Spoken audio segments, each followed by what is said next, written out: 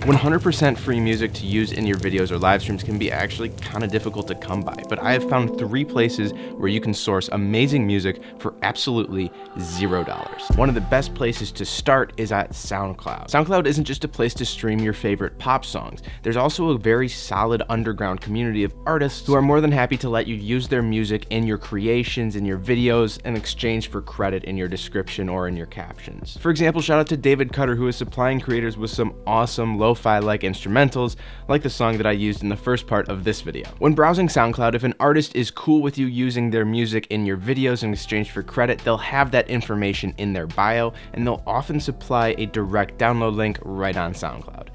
Pretty awesome. You can get all sorts of genres and styles of music on SoundCloud. The options are pretty much endless. Just search for copyright-free or royalty-free music and carefully look through the bios and descriptions of the songs that you want to use, making sure that they are okay for you to use in your videos, and definitely don't follow any sketchy links. I have one more word of caution about SoundCloud, and that is just because it's copyright-free now doesn't mean that it will be forever. Let me explain. If an artist signs with a label or decides to copyright their own music in the future, you have no safeguard against the videos that you created with their music in the past being claimed. So while they might remain copyright free for a little while, if the artist decides to change their mind down the road, you're just kind of at the mercy of that decision, and there's nothing you can do about it. Because unlike sites like Epidemic Sound or Artlist, you don't have an official license to use the music. It was just sort of an unwritten agreement between you and the artist that said you could use it. Just something to keep in mind. I have been burnt by this in the past. I also recommend that if you're sourcing your music from SoundCloud, you leave your uploads unlisted for a number of days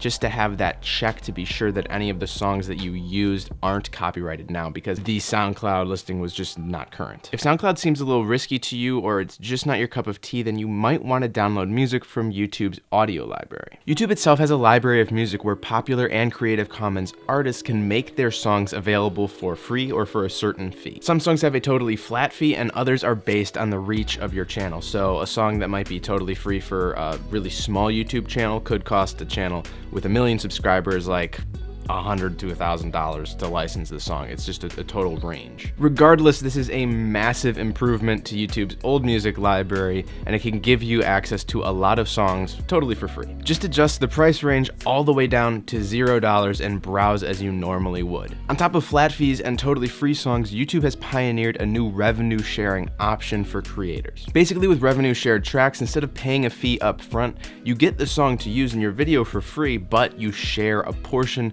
of your AdSense revenue with the creator of that song. The revenue sharing rates vary by song a little bit, but simply put, any of the AdSense that you make is divided evenly amongst you and the number of artists that you use their song. So if you used one song in your video that was a revenue sharing song, your AdSense would be split 50-50 with that person, minus a 2.5% licensing fee. So in the end, if you're using one song, you're making about half the AdSense, a little bit less than half the AdSense that you normally would if you used a totally copyright-free song. Don't get me wrong, this is a big sacrifice if AdSense is your bread and butter on YouTube. Giving up more than half of that is a huge expense. If that's your position and you make most of your money through AdSense, I do just recommend getting something like Epidemic Sound so that you can keep all of your AdSense money and pay a much smaller monthly fee. But the revenue sharing option is actually really good for small YouTube creators who aren't making a whole lot on AdSense or people who are making most of their money off of the platform. It'll give you access to really good music for nothing up front and not a whole lot of sacrifice if you're only making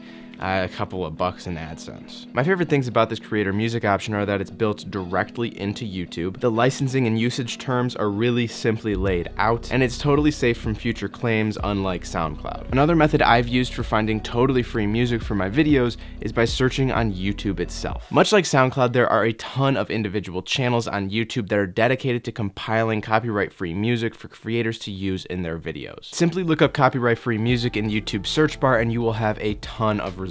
When you're looking through these songs to download them though, you want to exercise the same amount of caution that you would on SoundCloud. Look for a Creative Commons license notice if they have one and don't follow any suspicious links. The safest way to download videos or songs off of YouTube is to use YouTube's premium download feature or to use a screen recording software like OBS to capture the video and the sound coming through your speakers. This YouTube option is very similar to SoundCloud, but it is a lot better in my opinion for live streamers because there are a ton of live streams and hours long videos videos of just copyright-free music looped on a playlist so that those of you who want to use it for live streaming can just have it running in the background and not worry about it. If that's what you're looking for, give it a shot. But if none of these options are very comfortable for you, or you want to try something else, you should check out this video that I made reviewing all of the paid subscription services for music licensing that are a lot safer and, in my opinion, better, but you do have to pay for them.